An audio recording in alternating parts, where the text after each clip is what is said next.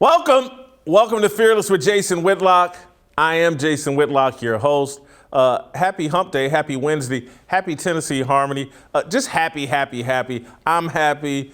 Today's show is going to be happy. We have a special and slightly different version of Tennessee Harmony today, and just Fearless in general. I don't know if we're going to cover anything way too serious.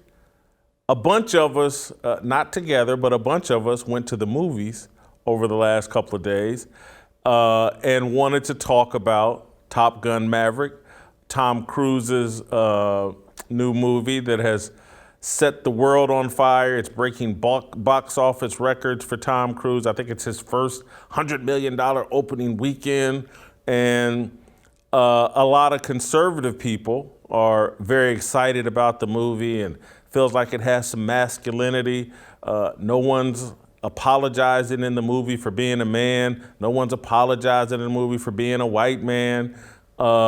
It explores some themes that we're used to seeing in movies, and it feels like a throwback movie. And so people are all excited. People are talking about it.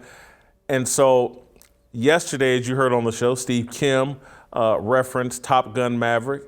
And even before that, I think Bobby on Sunday sent out a text, Pastor Bobby, sent out a text message to me, and I can't remember who all was on the text message, but just saying, oh, you gotta see Top Gun Maverick. It's amazing, it's incredible. It sticks to some biblical principles and themes. I think there's something we can talk about. And so yesterday, I went to go see Top Gun Maverick.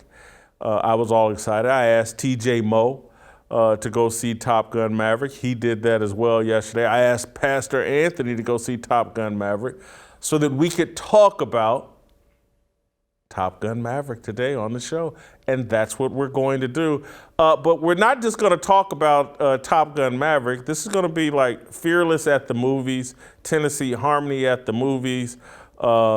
Steve Kim will join us first, and then we'll bring Pastor Bobby and Pastor Anthony out here, and we'll bring in T.J. Moe as well.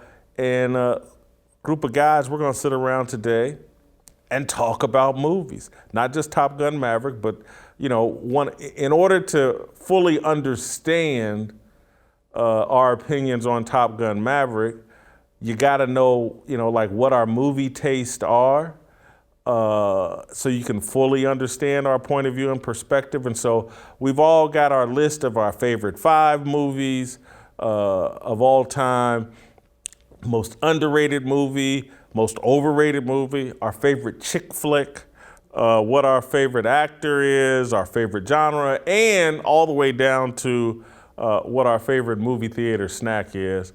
You can guess mine. Buttered popcorn.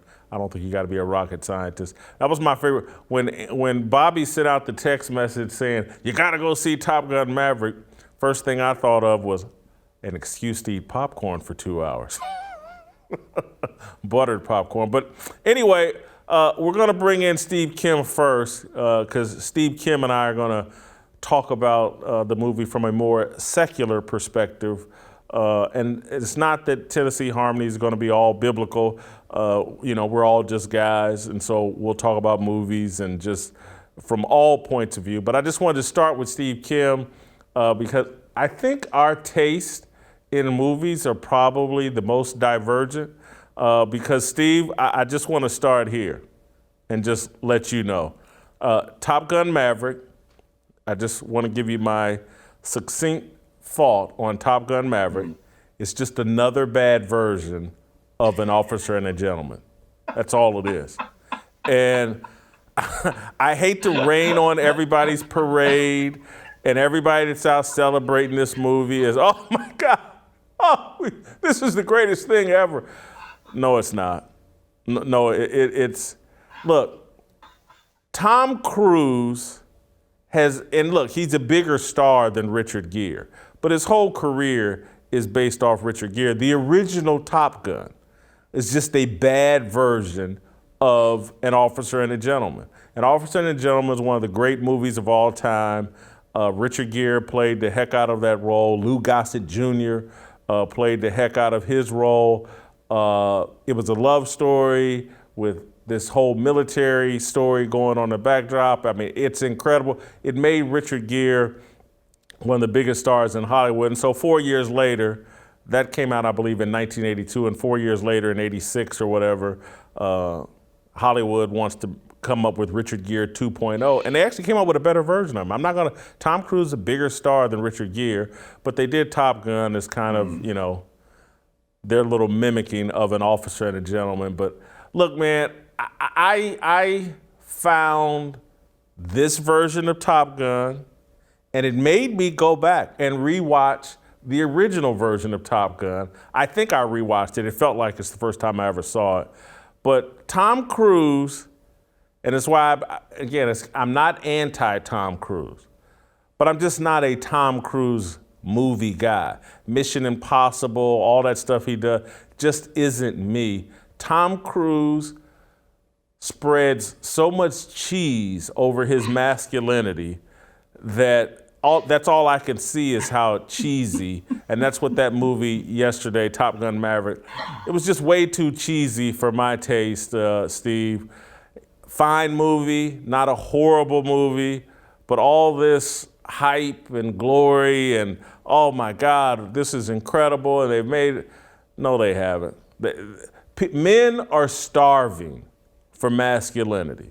Men are starving for masculinity on the little screen, on the big screen. They're starving for a good guy.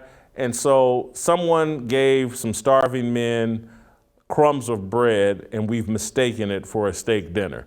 That was not a steak dinner. That was crumbs of bread for a starving man that wanted to see some masculinity on the big screen. Hats off to everybody that enjoyed it and loved it. My standards remain high and appropriate. I haven't lowered my standard because Hollywood feeds us filth and emasculation constantly. And so I'm not going to mistake this little tiny thimbleful of masculinity for a full cup. I still want a full cup of masculinity, and this didn't do it for me. Your rant right there reminds me of that old Fox show, The Critic, a little cartoon starring John Lovitz as Jay Sherman, the real snooty film critic that didn't like anything. It has come back in real life form as Jason Slimlock. Look, first of all, you're comparing it to a steak dinner. When you go to a movie, oftentimes all you want is a good, juicy, greasy burger. This fit the bill. There are very few Casablancas. I'm not looking for perfection. All I know is this, Jason. When I went to the theater on Monday night, I enjoyed myself. It felt good. And the overall did enjoy the show. And I love your analogy. It was a burger. It was a good burger. It was a McDonald's burger is all I'm saying. That wasn't Wendy's. That wasn't In-N-Out.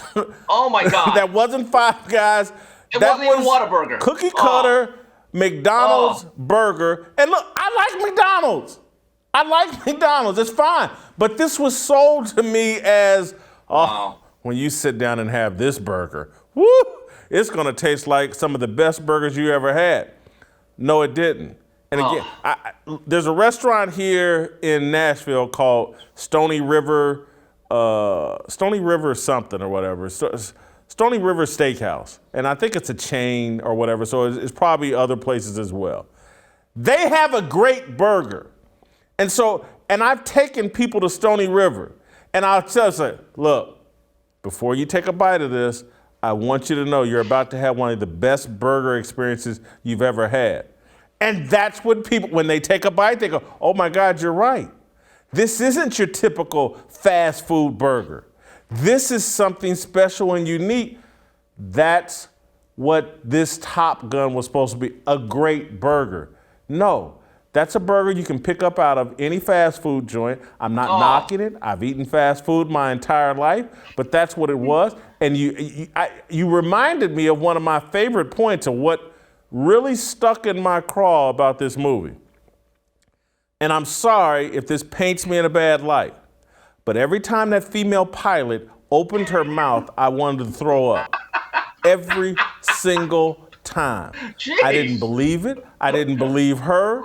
I thought it was stupid that they're portraying her as one of the 12 greatest pilots in all of the military. It was stupid. It was total diverse. And I'm telling you, at the beginning of the movie, when I saw them introducing their cast of diversity, I was like, okay, so when push comes to shove, in whatever the little final team, there's going to be the woman, there's going to be the black guy, and the white guys are going to actually be the actual heroes. And that's what, even all the way down to Hangman, the third white guy, he was more heroic than the woman or the black guy, who virtually did nothing. They gave the woman all these little lines like she was the biggest personality in the room and the funniest person in it. I'm just sorry. It was too cheesy. That was my whole problem with this whole thing. Too cheesy to be called a great burger. When you have a great burger, you don't have to smother it in cheese. You put a little cheese on there for seasoning and to diversify the taste. When you smother it in cheese, that means you got a bad burger. First of all, I know you're a connoisseur of McDonald's, but that movie was not a McMovie. And I never trust anyone that loves McDonald's and their favorite sandwich is a Filet-O-Fish. We've never discussed that, Jason. That could be a whole topic for another show. You're overthinking it because when you go to McDonald's, it's either the Quarter Pounder or the Big Mac. Again, we're going to talk in terms of the diversity. You're right. And they had an Asian guy. And I'm thinking to myself, okay, have you ever seen us drive? There's no way we could do one of these jets. And then his name was Yale. Yeah, okay, that's not a stereotype. Can we go with like samurai, bonsai, maybe not Hiroshima, Karate Kid, Karate Kid, Sensei? We went with Yale. Why not just have his name be SAT? All right, and I knew he wasn't going to make the cut. I did like the fact that the brother from Insecure was on. I loved his character, Lawrence. I'm really happy for it. And you know what? He didn't die in the movie either, so that they broke some of the protocol for movies on that. He did survive towards the end. But look, I think in some of the newer Star Wars features, they had this cute little girl that was supposed to be the new Luke Skywalker, and she played a lot like this lady or this young lady in Top Gun Maverick. You're right. There's nothing extraordinary about her, you would think, but you're right. She has a certain look to her. She checks certain boxes. But for some reason, they just cast her as the A1 ace, the flying ace. And but you could see that coming.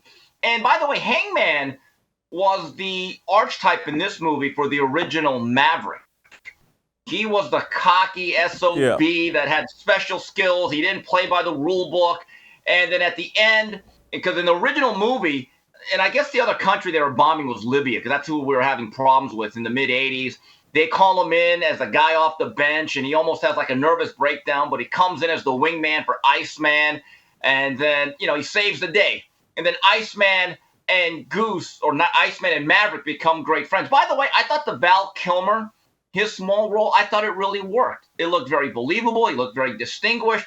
Then he dies at the end, so you pull at the heartstrings. The only thing, my biggest negative about this movie, it didn't have Berlin, Take Your Breath Away. They actually play Kenny Loggins' song, Highway to the Danger Zone, which, by the way, I still play during workouts. But I thought the other song that was really iconic, that I figured at some point when he's with that girl or that love interest, when they're in the back upper room doing their business, I thought for sure we're going to get a little Berlin, Take Your Breath Away. It never came. That's my biggest quibble with it. Because you know why, Jason? Because I enjoyed the hamburger. I enjoyed the Big Mac. That's it, bottom line. Let me just say this. They hooked me into going and watching the original Top Gun. And it wasn't very good either. I just want to say that.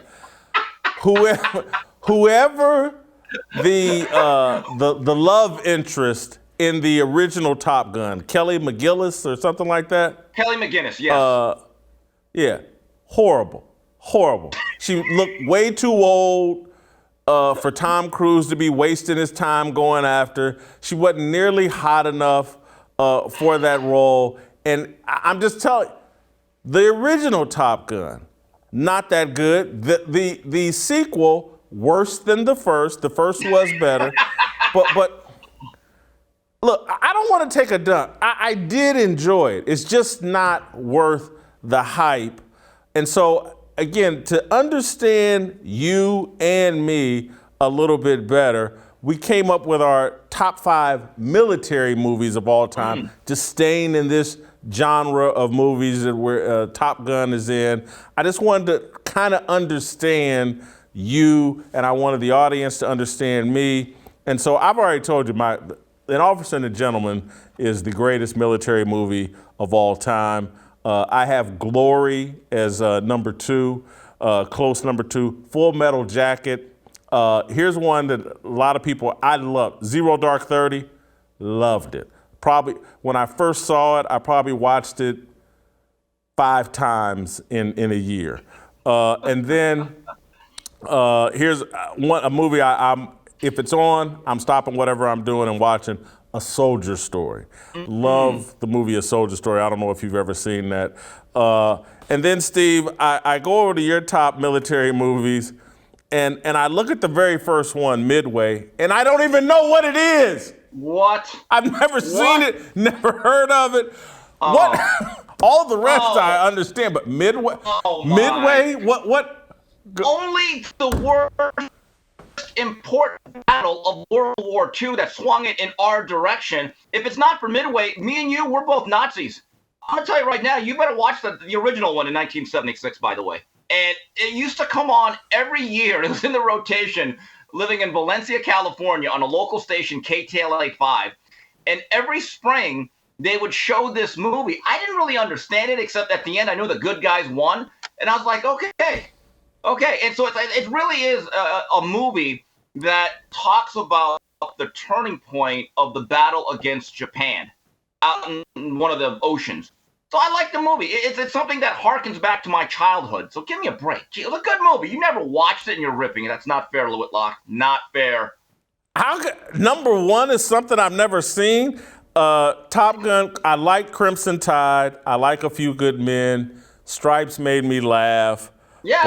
But clearly I think we're seeing a little difference. And then when I go over to your top 5, when I go to your top 5 movies, I'm going to go to Steve's first because this list blows my mind. Yes, thank you. Karate Kid, Yes. Bad News Bears, The Natural, Yes. Blues Brothers, and your number 5, Gung Ho.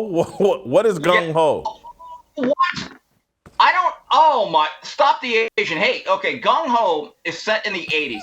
Young, aspiring Michael Keaton and a bunch of Japanese guys. So this is in the 1980s. There was a lot of derision over the Japanese auto industry taking over a lot of factory jobs in the Rust Belt or the Steel Belt or the factory areas of America. And this dealt with it in a comedic way, where a guy by the name of Hunt Stevenson, played by Michael Keaton expertly, has to pitch the Japanese company, which is like a Toyota or a Honda or a Mitsubishi. Hey, come to our city and we want to be a plant for yours. So there's a melding of cultures of the hardcore Japanese work ethic against the Americans, and they have to come together and they have to reach a goal of 15,000 cars in 1 month, which is almost impossible. But the two sides come together, and all is forgiven about World War II. And there are some funny lines. Michael Keaton's out there doing a presentation in this Japanese boardroom, all these old Japanese men, very stoic. So he's doing a slideshow, and he has a great World War II joke. He goes, "Hey, I love what you've done with this place. My uncle visited here in the 40s. Anyway, joke didn't go over well. So at the end of the film, they have to start rushing out cars out of the factory line. So they're not putting in windshields, couple cars after 3 times, because the old CEO, who's this real, mean, gruff guy, and they're walking through counting cars. So they start rushing a few. Then all of a sudden, one of the cars that Michael Keaton drives off falls apart, and he walks out and he goes, I don't know about you. I thought it handled great. So he comes over, the Japanese guy goes, haha, I like you. You make me wrong. Smile. One of the greatest deliveries I've ever seen. Does this story have a point? Yes. Japanese and Americans can come together and make really cheap, inexpensive, fuel-efficient cars and be funny at it. Again, it's a hamburger. Enjoy the burger, wimpy. Jeez. I'm Gung Ho sounds like one of those movies where the lips are moving and then the words come out like 2 to 3 seconds later. All right, there was no karate, there was no kung fu. David Carradine was not in this. Okay, by the way, the one movie I hated to leave out was Boomerang. You're gonna kill me for this one. It's actually my favorite Eddie Murphy movie. Yeah, by far. Boomerang is a good movie. Listen, I'm gonna let you go on this note. I'm not gonna go through all your. Oh, first of all, let me tell you my 5 favorite movies of all time. Pretty predictable list if you followed me at all. Godfather, Godfather 2, Scarface, Cooley High, Wolf of Wall Street. I certainly have a type of movie. I love the crime dramas. Go ahead. Jason, you know how many people have said that Scarface is the most overrated movie ever? Honestly, that's one of those movies you either love it or you hate it. There's almost no middle ground with Scarface. Group of idiots. It's one of the greatest acting performances of all time. The range that Al Pacino shows in Scarface is incredible. He taps so many different emotions, and the dinner scene and his whole little speech. Say goodnight to the bad guy. The whole thing is incredible. It's a great acting performance. It's a great movie. I want to say this because I got to let you go. Yeah. This has already gone longer than I had planned.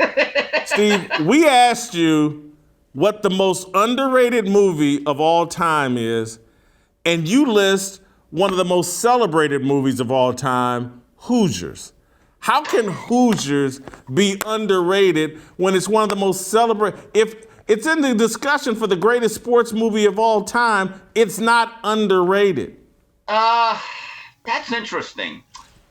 In my view, most sports movies are overlooked and underrated because of the genre.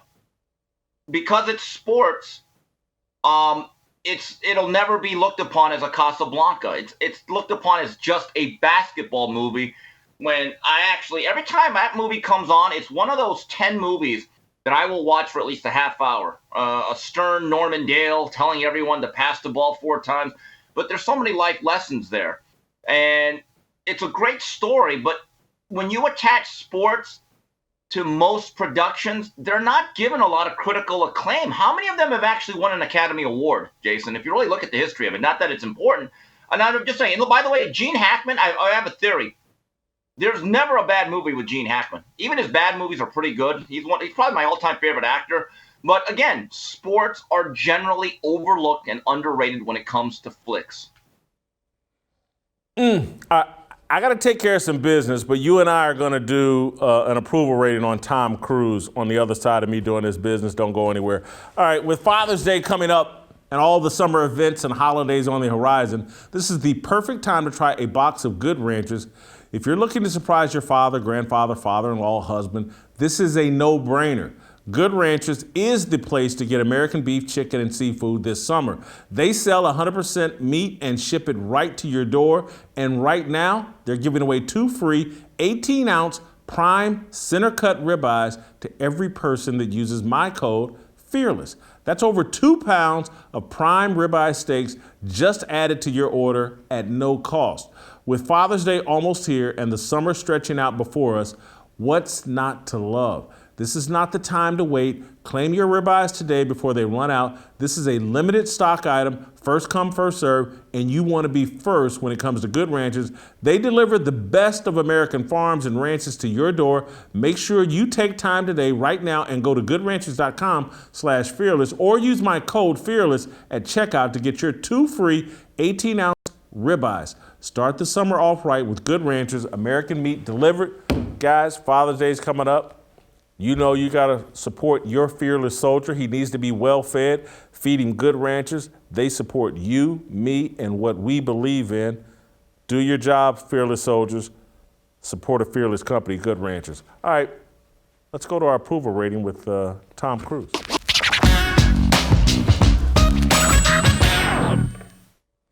All right, Steve. I'm not, as you heard me talk earlier, Tom Cruise is a Richard Gere knockoff.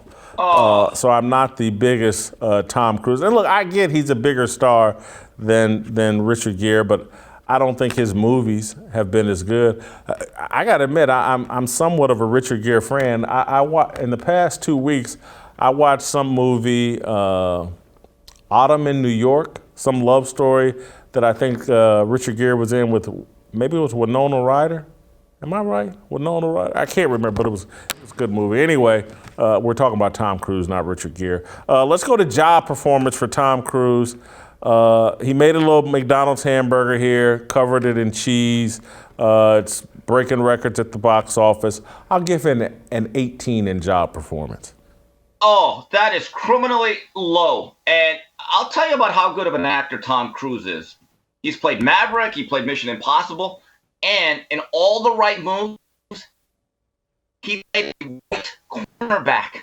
That's acting. He played a white cornerback in Empire with Craig T. Nelson. Good job playing coach and TV.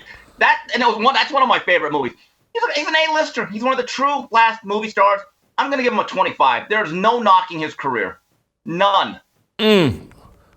Character, I'm not high here on his. The guy's been married 3 times.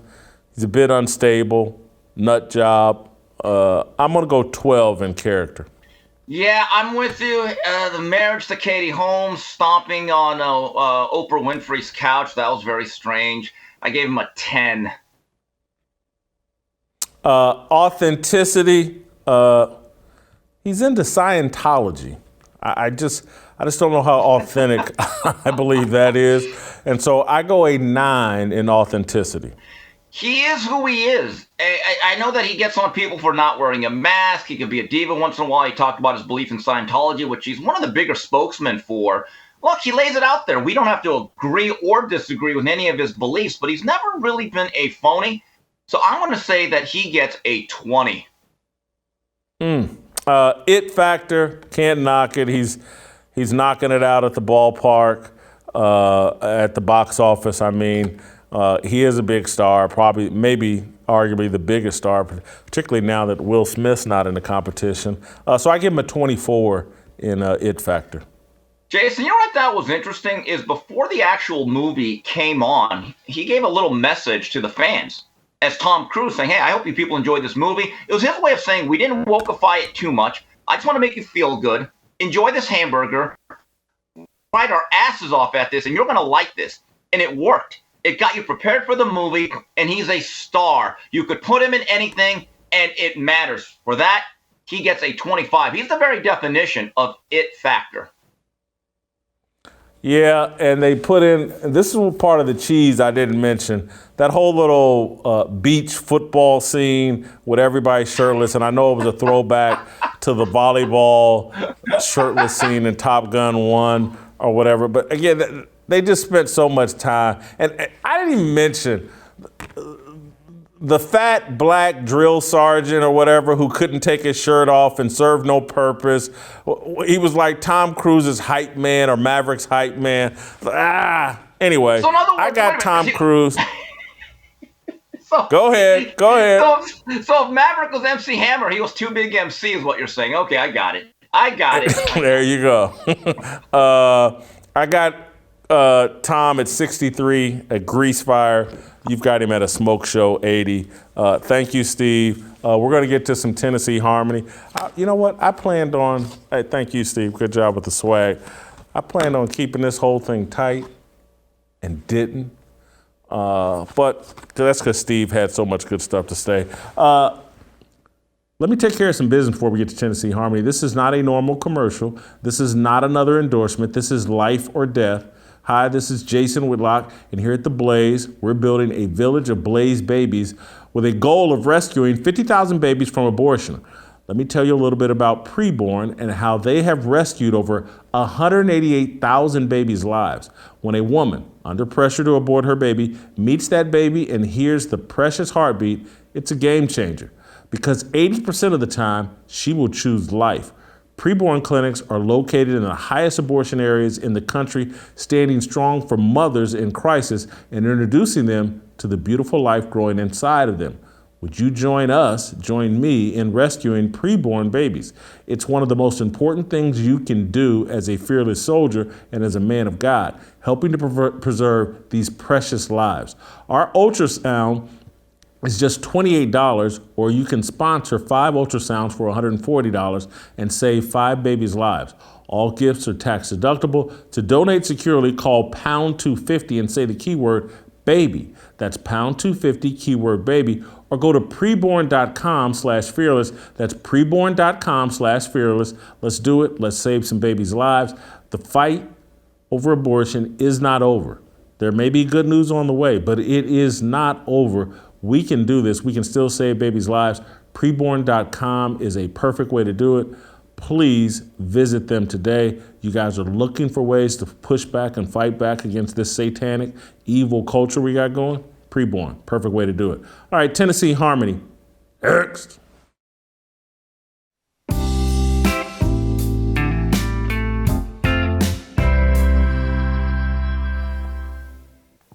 All right, welcome back. Welcome back to Tennessee Harmony at the movies. Pastor Anthony, Pastor Bobby with us. We're talking about Top Gun Maverick. We're talking about movies today. A little bit lighter thing, but I'm still going to ask you guys to bless our conversation, or ask God to bless our conversation. God, I'm just so grateful to be on this show. What a joy it was for me to watch Jason plug preborn.com. And I've just got to say thank you, God, for this opportunity. And we pray that today would just be good, wholesome fun. Father God, we're always thankful for the opportunity and the platform. Father, we pray that all that we say and do is pleasing in your sight. In Jesus' name, amen. All right, TJ Moe joining us from St. Louis. I had him watch Top Gun Maverick as well. The first person I heard from on this movie actually was you, Bobby. You thought it had these great religious themes, and you loved the movie, and so that's kind of what made me think, I'll have TJ watch it, just check my own sanity. So, Bob, we'll start with you. What did you love so much about this movie? Well, I've got to say, you totally deflated me when you called afterwards. And I was thinking, yes, Jason's going to love this movie too. And you go, you're like a thirsty man in a desert. So here's what I liked about it. Yeah. I liked that you had a good guy in the movie who faced the challenge, who was willing to face the challenge, to sacrifice himself, and he ends up winning, and we're all happy at the end of the movie that the good guys win and our hero prevailed and won the day. And the reason why I liked it is because we're not seeing a lot of movies like that today, especially with men. Thirsty. There we go. Thirsty. So again, I go back to, you're the starving man that's like, oh my God, there's a McDonald's. Here's a double cheeseburger. Man, this tastes like Cane Prime. And Anthony, you disagree? No, I'm disagreeing with your analysis. I do. Okay, I will give you that movies are hamburgers. If I want a steak, I will read a book. I'm going to the movies to eat a hamburger. Top Gun was McDonald's burgers are movies that have no theme, no this, it's a puff piece. This was deep and rich in themes. It's the major thrust of the movie is a major theme that we need. We'll talk about it. No. Hey, right now we got 3-1. Well, hold on. Why wait? So okay, I'll be real quick. Yeah. So time in this movie, is the driving force. We are all facing time. It's a ticking clock that we have no control over. Things can shift up our real time. You go to the doctor and say, hey, this is affecting you. And that shapes everything that we do. The fact that we're on a ticking clock shapes everything. It gives purpose to every minute that we have. We don't have the time to waste. So as you look at the movie, men have to face three important times. I'll be real quick. We have to face the time of manhood. At some point in time in your life, you got to be a man. Ready or not, you got to be a man. You also have to accept the time of mentorship, be it father, be it a disciple. At some point in your life as a man, you're faced with that time. You have to be a mentor. You have to share this. And then lastly, you have to face your mortality. You will die. And you have sometimes no control over when you get a diagnosis, you're out of here. So because of all of that in our time, that's what this movie displayed. Maverick, he was facing his time, okay? Your time is up, technology's on the way, we're gonna be replacing you. He was facing time of mentorship. Whether you want to mentor or not, you gotta do this or you're out. He's facing mortality, looking at his own wingman and looking at the lives of these others. If I don't prepare you, you die. If I don't prepare you quick enough, you die. He should be a preacher. That was a pretty good outline. I mean, I'm watching the movie and I'm seeing all these things, and I went in with no expectations. I know Bobby gets excited about hero movies, so I'm like, okay, let me, tone that down. But I go in and I'm seeing all these themes, and I've got some quotes, but that was the major thrust. And even when you look at the time that they had to meet, the time of their training, the time of everything, this movie was about the Kairos, the opportune time. It was a major movie, man. This was a really, really good, better than Stony River good burger. It was. TJ, help me out here. I'm sure you saw it my way. I did not see it your way. By the way, don't be hating on Stony River's cheeseburgers. Those are some of the best cheeseburgers, I think, anywhere in the world. Listen, my dad's favorite movie is the original Top Gun. So I've seen it 500 times. I mean, if it's on television, it's on at our house. And so you have to have an appreciation of the first movie to adore the second movie, which I did. Secondarily, I went and saw it with my dad, right? So my experience then of what was his favorite movie, getting to see it sort of reincarnated was pretty cool. It had everything that I thought. So the movies made post 2010, garbage. Every single one of them, can't name a good one. So this is minimally the best movie I've seen in 10 years. Not that I've seen too many. But it's a movie I think you can take and you could have put it in the 80s and everybody still would have loved it. Because there weren't a bunch of crazy sex scenes. All the girls were wearing clothes. The only thing that you may have said in the 80s is, hey, why is there a girl pilot? That may have been the only critique that somebody would have had if you watch this in the 1980s. Otherwise, it was fully wholesome. There wasn't some butch lesbian that was in charge of everyone. Then there was no love scene between two gay guys that you walked into and everybody had to applaud it. None of that. It was just a nice, wholesome love story. Guys going after a girl. There's a daughter involved. She says, don't hurt my mom. Don't you dare do that again. It was just all real stuff. Like I said, it was a very 1980s film, which is what I'm dying for. Where I was born, everybody says they're in the wrong generation. I'm about 30 years too late. I would have loved to live in the 80s because the corrupt garbage we get in the movies today is absolutely a disgrace. I want to understand this. Did you see Top Gun Maverick or the original Top Gun with your dad? Top Gun Maverick. Now, I've seen the original Top Gun with my dad 500 times, right? But it came out in 1986. That was 4 years before I was born. So I went last night with my dad and watched Top Gun Maverick, which I thought was really cool. Again, because I knew that was his favorite movie. And we've watched the original Top Gun so many times. There were so many callbacks in that movie, right? The bar scene where you pick the fight with the wrong person and then you show up and see that that's your instructor. That happened with Tom Cruise the same way it did with Kelly McGillis. By the way, you guys were talking about her with Steve. I asked my dad, I said, hey, do you think Kelly's going to make reprise her role? And he's like, have you seen Kelly lately? She came out as a lesbian in 2009 and she gained about 100 pounds and they would have not put her in this movie. I knew I was right about the first one. You just heard me say this, and I didn't know any of that. That was the wrong person to play that role in the original Top Gun. I get that TJ's emotional because he and his dad went to a movie and enjoyed it together. I get it, but I'm about to explain to everybody what the problem is. We can throw out TJ's opinion because he's emotional because he and his dad went to the movies last night and had a father-son experience that has him on a high. Bobby, you're starving. You haven't been fed any masculinity at the movies. You're starving for some sort of masculinity that you and your son can go. You and your son can talk about this movie. You can take your wife to the movie. I get it. You're underfed and starving. Love the movie. I get it. Anthony has come at me in a different way with the themes, and so I'm getting with Anthony. You really came at me the way I thought Bobby would and still might, in terms of like there were underlying themes being expressed here that I wasn't aware of, could care less about, even with the I get it, you get the explanation. I just would have done it differently.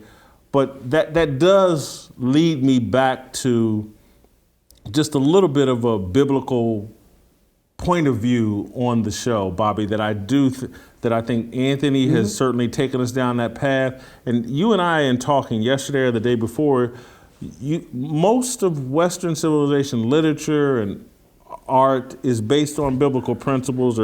Yeah, so there's a book that came out several years ago by a guy named Northrop Frye called The Great Code, and he argues that behind all the great literature in Western civilization is the story of the Bible.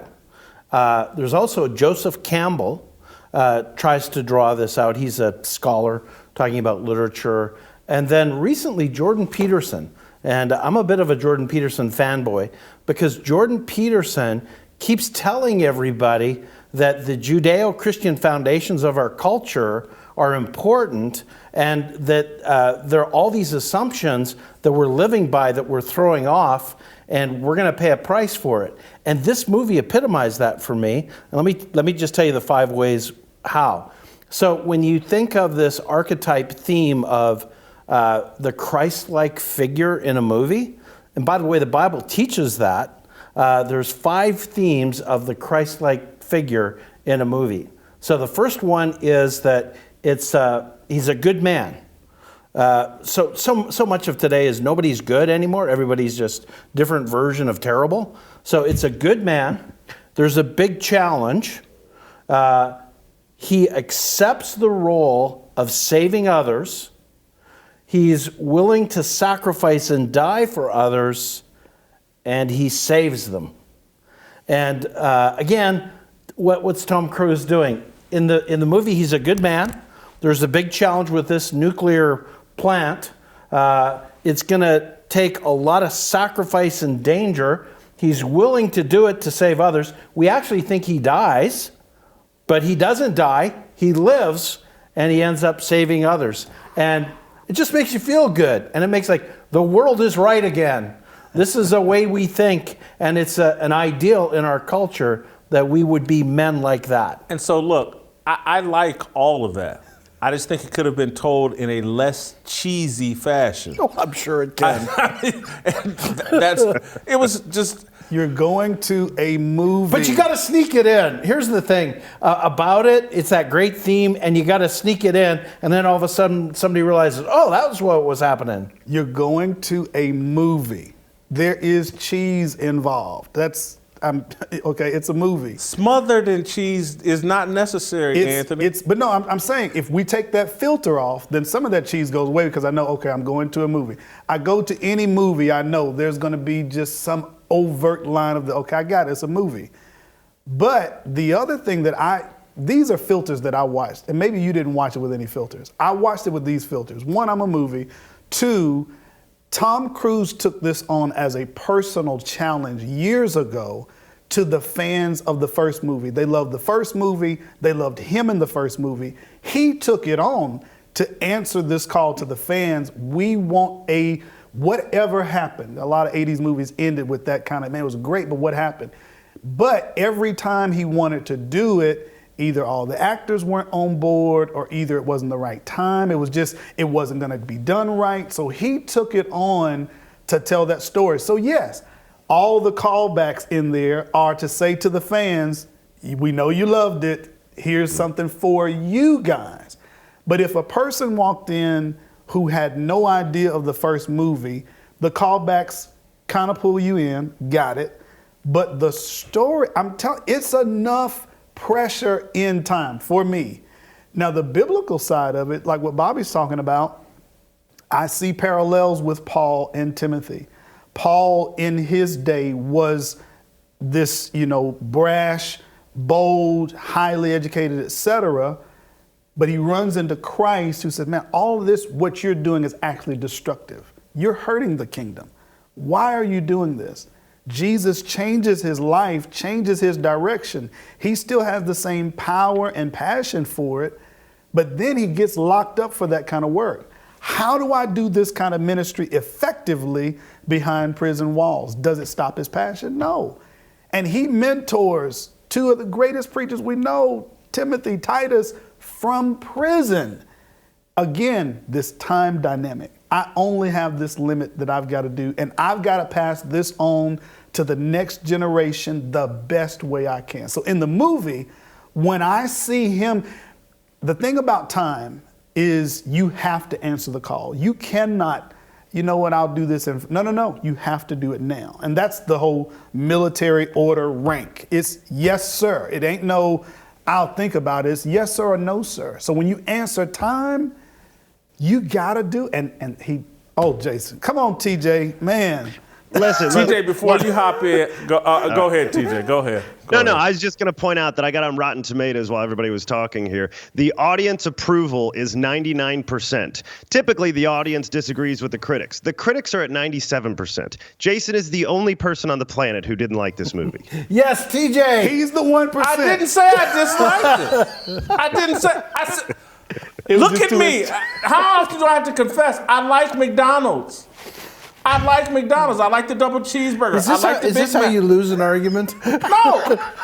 I'm saying, but it is McDonald's. And I disagree with Anthony's insistence that all movies are burgers. Yes, they are. No. The Godfather is a full course steak meal served. Nah, it's a Stony River burger. It is. It's a very good burger.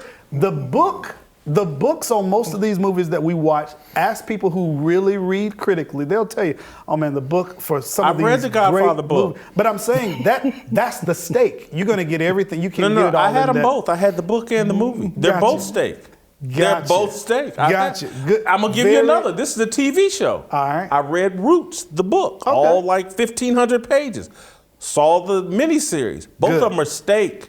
But Both the of movie- them are amazing. But the movie does not give you everything the book does. That's what I mean when I say burger versus steak. Burger is ground up fat meat. Okay. Steak is give me all of this. What TJ just pointed out is the point we're trying to make. The critics will let you know this is McDonald's. There have been 99 rated movies that the critics are like, come on guys, what is it? It's just a puff piece. It's just a, okay. I don't trust the critics. But the critics, you're a with that. critic. I don't trust the critics though. They're bought and paid for. I'm like, I'm gonna give you another example. Yeah. In terms because I tend to not be on board with what everybody else thinks. Okay. I'm somebody that the way y'all talking about Top Gun Maverick is the way I talked about Coming to America 2. I thought I enjoyed it just as much as the original. And all the critics that said Coming to America 2 was hot garbage. And I'm like, are you kidding? As many times as I laughed out loud and and all the throwback scenes or whatever, Coming to America was excellent. And I think this movie is good for a lot of the same reasons you all think it's good. I think, again, if we were in the 1980s, though, I don't think people would be ranting and raving about how great it was. Oh, they liked the original Top Gun. The 80s people liked the original Top Gun in its time, one of which you saw it at least 500 times. Let me, TJ, you may be too young. TJ, have you seen An Officer and a Gentleman? No. You should watch it, you and your wife. These two gentlemen, I think, have. Y'all will admit that's a better movie than any of these Top Gun movies. It is, but I'm not trying to compare them. We can't compare burgers now? No, not on this one. Not on this one. They're different movies. I don't agree with that. They're different movies. You don't agree with what? That An Officer and a Gentleman isn't a better movie than this cheesy Top Gun? That's correct. That's correct. Bobby, Jason, cut it out, man. You didn't watch it. You did. I watched Top Gun, the original, this morning. I watched them both. Watch this. Watch this. The scene where they had to get this training, they didn't. They failed miserably. And when they failed, he asked them, he's like, what happened? And before they could get their excuse out, he says, don't tell me, tell their family. Like, this is life, death, critical. And it's a bother for him to have to do it because, man, I'm a Maverick. You see that from the opening scenes. But I'm now, because of my life on the line, mortality, mentorship, my life is on the line. I have to conform to this because my life and my acceptance of this call has a direct impact on your life. That's the same passion that I flow with through ministry. I have to meet, yes, my marriage, my family, my kids. I got to get this right with God because what word he's put on my life and in my heart, I'm sharing this, and this has an impact on the souls of everybody that I encounter. So this is serious. It's that kind of life and death. I see that kind of parallel in that scene. And if you fail at it, it has implications beyond your life. That's critical. Can I jump in real quick? So Rocky's first fight with Apollo had great implications. That's a great movie. Rocky is a great steak. This was a double cheeseburger from McDonald's, but go ahead, TJ. Because I'm really gonna put Bob in his place with my next comment, because Bob just doesn't know anything about movies. But go ahead, TJ. Well, I may not either, but I do think we should judge movies based on their time. And some of those movies, when they were made, had to actually compete with other good movies. And so, Forrest Gump is one of my favorite movies, but it was only number one for a short time because there were so many good movies coming after it that it lost its top box office spot, had to regain it, lost it again, had to regain it. Right now, we are so desperate for good movies. I actually wonder if there's going to be a bit of a cultural impact here that you can see just go back to the basics of what makes a good movie, and the box office can do $160 million in 4 days. I want to just clear the air here and give everybody a little perspective here on who we're listening to. Bob knows virtually nothing about movies. His favorite movie of all time. Listen to Bob's favorite movies of all time. It's a Wonderful Life, Gladiator, Predator, Transformers, Dark of the Moon, James Bond, Skyfall, and Thelma and Louise, I think was number 6. That last one is not true.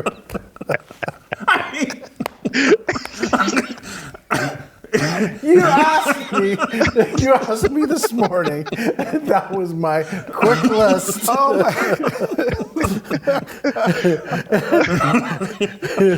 And I just want you to know, every year at Christmas, a bunch of people watch It's a Wonderful Life too. I get it, Bob, but you're 60 years old. This is not a serious list.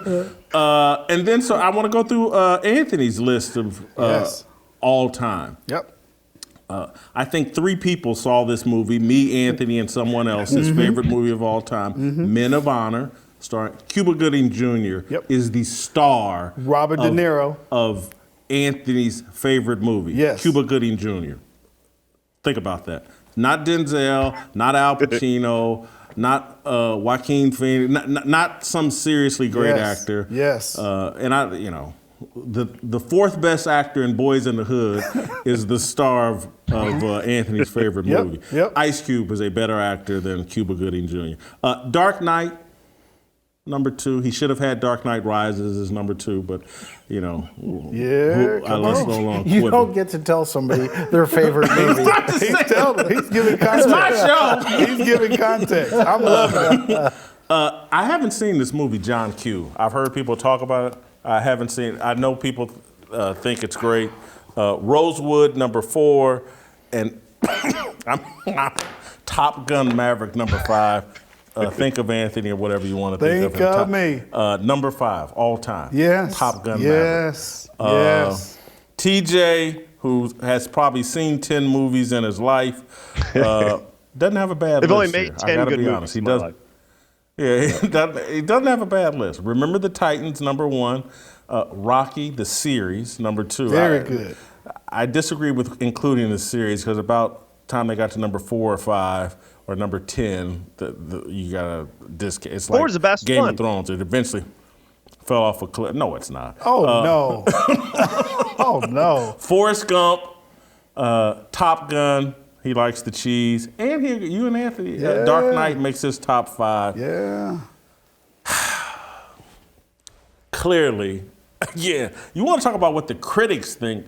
If the critics had to look at our list of top 5 movies, I got The Godfather in 1 and 2 slots. That right there, there's a lot of agreement about that. Those movies are Great all time. Yeah. Wait, you didn't comment on Gladiator. I like Gladiator. I like it. I got to read this line to you.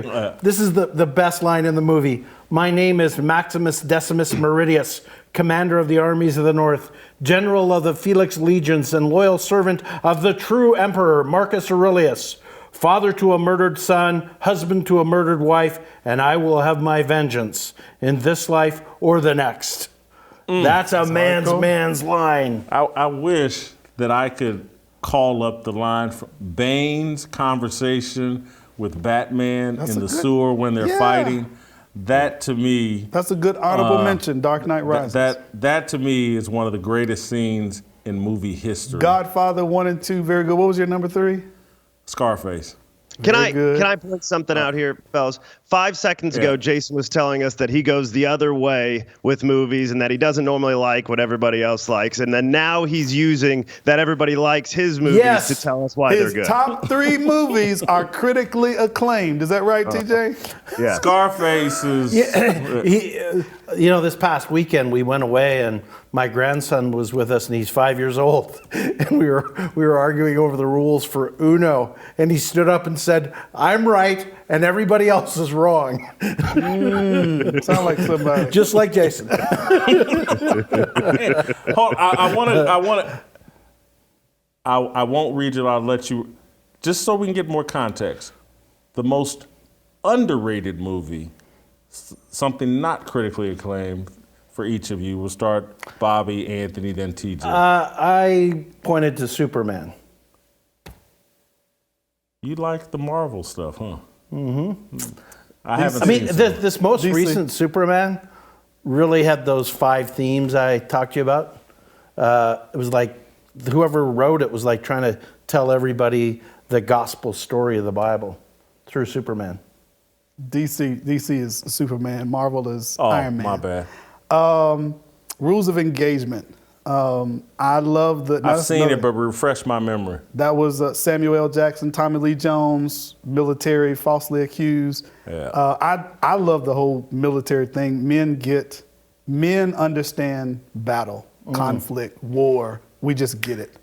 That was the football scene, by the way, in Top Gun Maverick. We communicate through activity. We confess, we apologize, just by doing it together, whatever it is, we communicate. TJ? I think Pearl Harbor is one of my favorite. It came out, I think, in 2004. And so the most underrated here. That's Ben Affleck in his early days. Josh Hartnett did a really good job, and I like the history behind it. Any movie that can bring history alive and show you what sort of damage was done. 350 Japanese planes taking 2,400 people by surprise, killing them, taking out 19 ships, sinking 4 of them, and bringing that to life. And they've got their love story and all that's good. But even when you put Hollywood into it, I like documentaries, but even when you put Hollywood into it, to bring that alive to me, I was, again, 14 years old, pretty underrated. Every time it's on TV, I keep it on. I'm going to check out you guys. I'm going to check out you guys' underrated movies because I'm always looking for great movies that no one talks about. Arlington Road. I don't know if any of you guys have ever seen Arlington Road. Tremendous. Tremendous. It's my favorite, back when I used to date, it's my little favorite dating secret movie. I've never shown it to anyone that didn't like, oh my God, that was awesome. Arlington Road. Arlington I'll Road. remember that with my wife. Yeah, trust me, it's you'll love it, and the twists and turns. It's anyway. I'm not gonna blow it for you, but anyway, watch. All right, most overrated, hyped movie. Bob? Academy Award this year, Coda.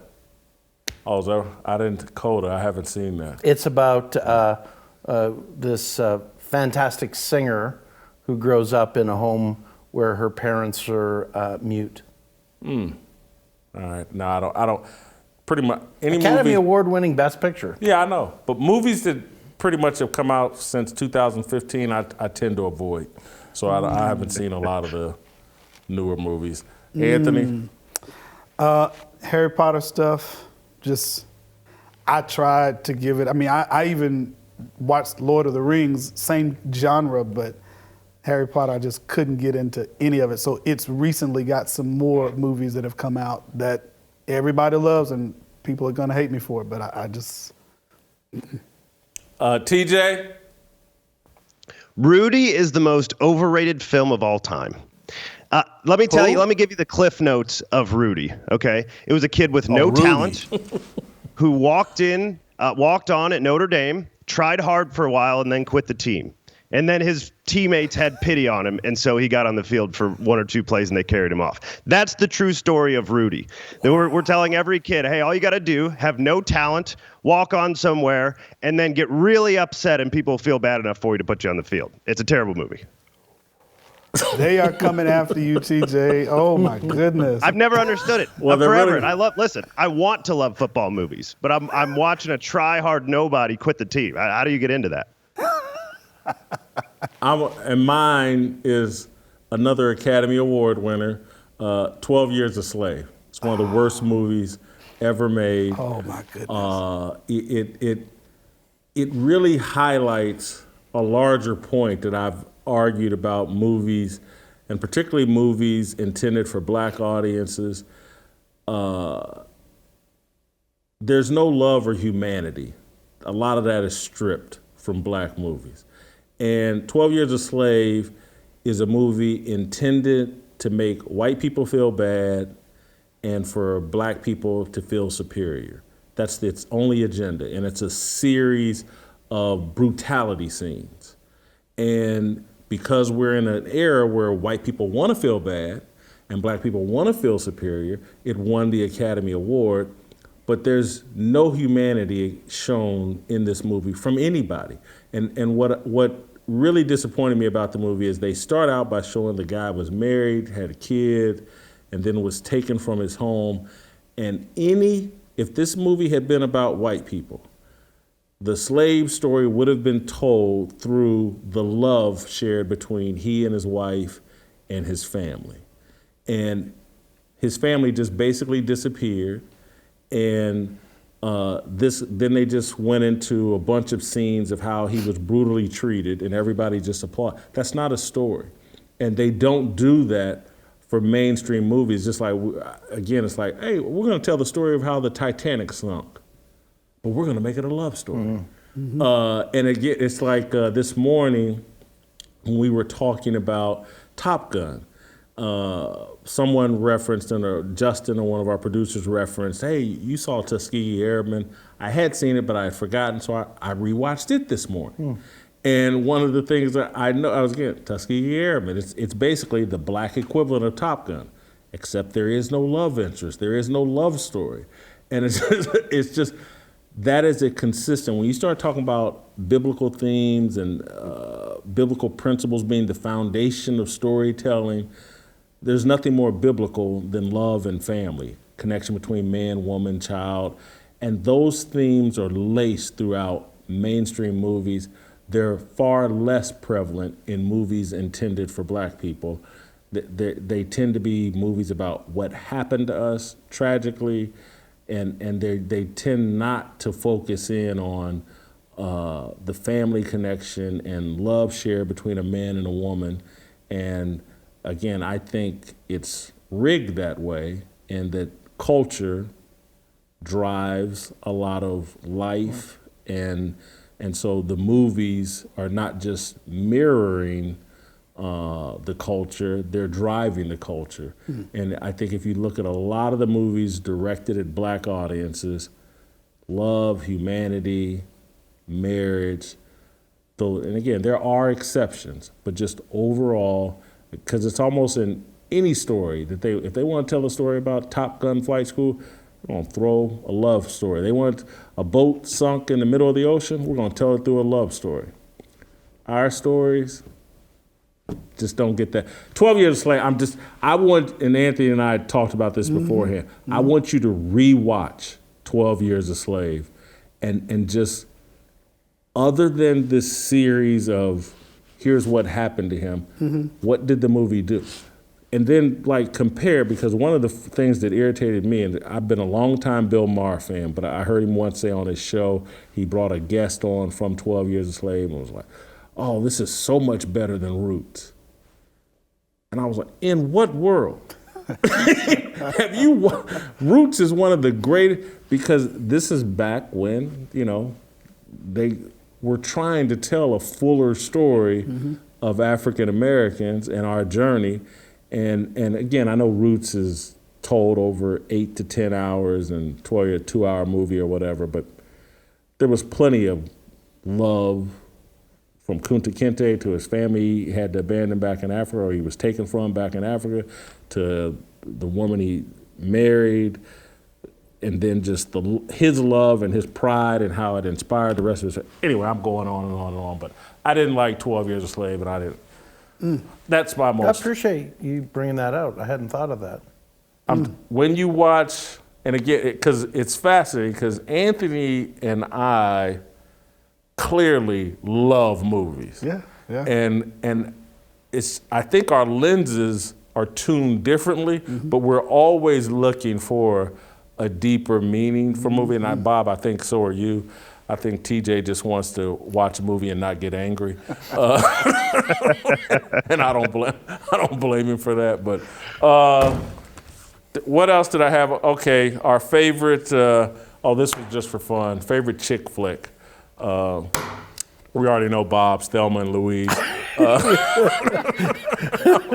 I'm sorry. Go ahead. Actually, I'm changing mine. I was going to be Downton Abbey, but it's actually About Time with Rachel McAdams.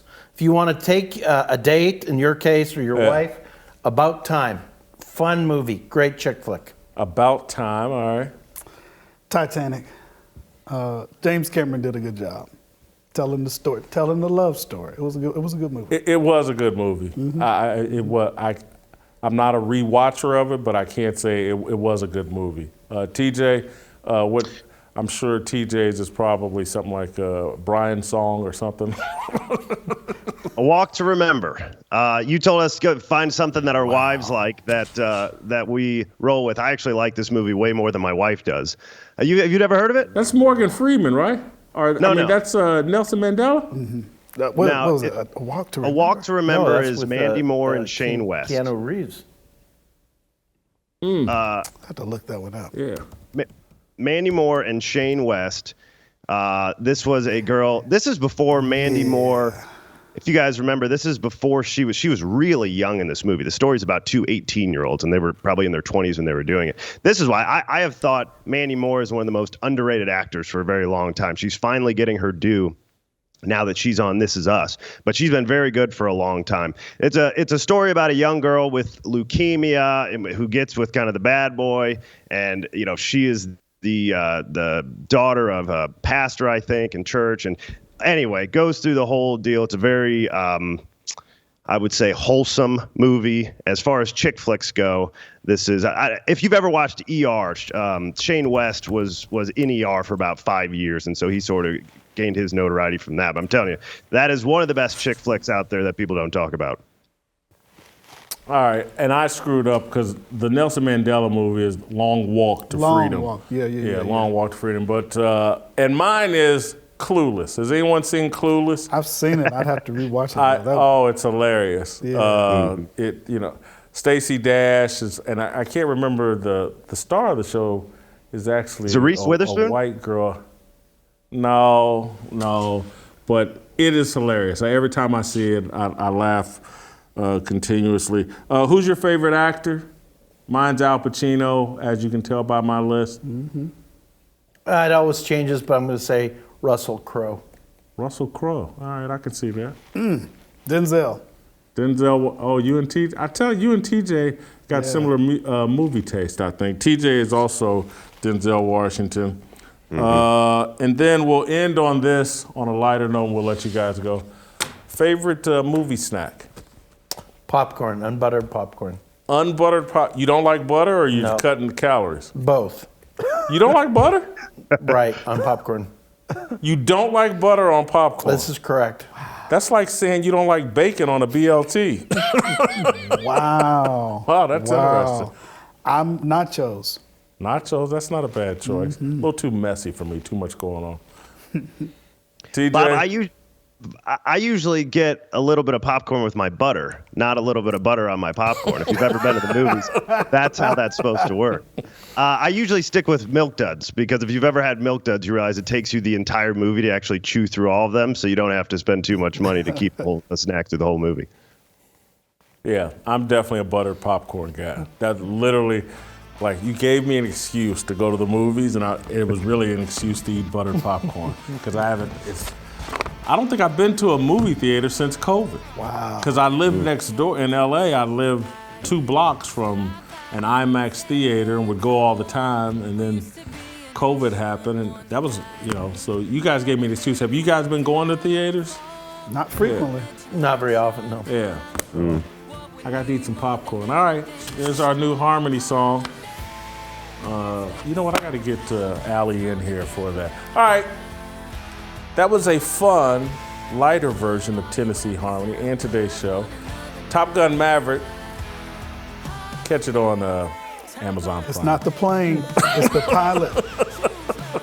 That was a good line. All right, we'll see you tomorrow. See through the lies they tell us, 'cause together we're so much stronger.